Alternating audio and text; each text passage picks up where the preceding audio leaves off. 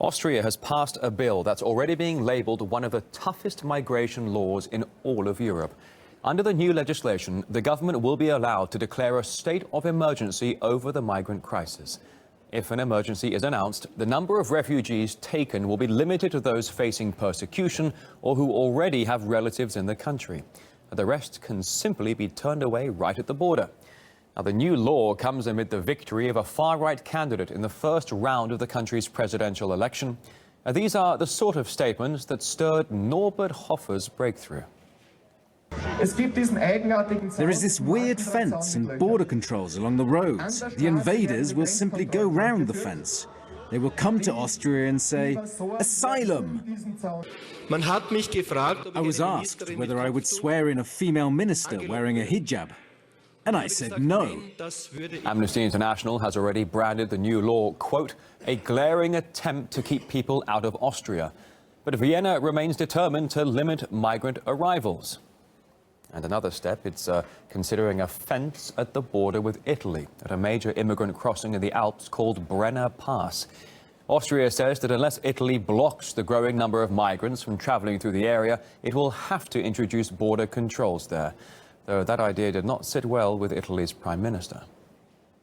The question of the Brenner Pass is a simple one. There is not a single element that can justify the closure of the Brenner Pass. Therefore, we think that the Austrian authorities have no other choice than to respect European laws. The plans for a fence have already sparked tensions right along the border with Italy and Austria. On Sunday, pro-refugee protesters clashed with Austrian police there. Activists swinging inflatable dinghies like those that take migrants across the Mediterranean attempted to take down the railings at the border. And clashes erupted in the very area where construction of the fence is planned.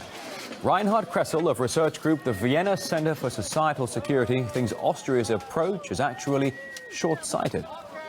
This is a very short-sighted reaction on the Austrian side, and it's the typical NIMBY problem, not in my backyard. So everybody sees the problem, but nobody really wants to deal with that. And the Austrians, at the moment, they are following a very short-sighted populist sentiment. The problem is it's a kind of a blaming the victim. So what you could see last year was a complete incompetence on the side of the Austrian authorities to handle the influx of migrants.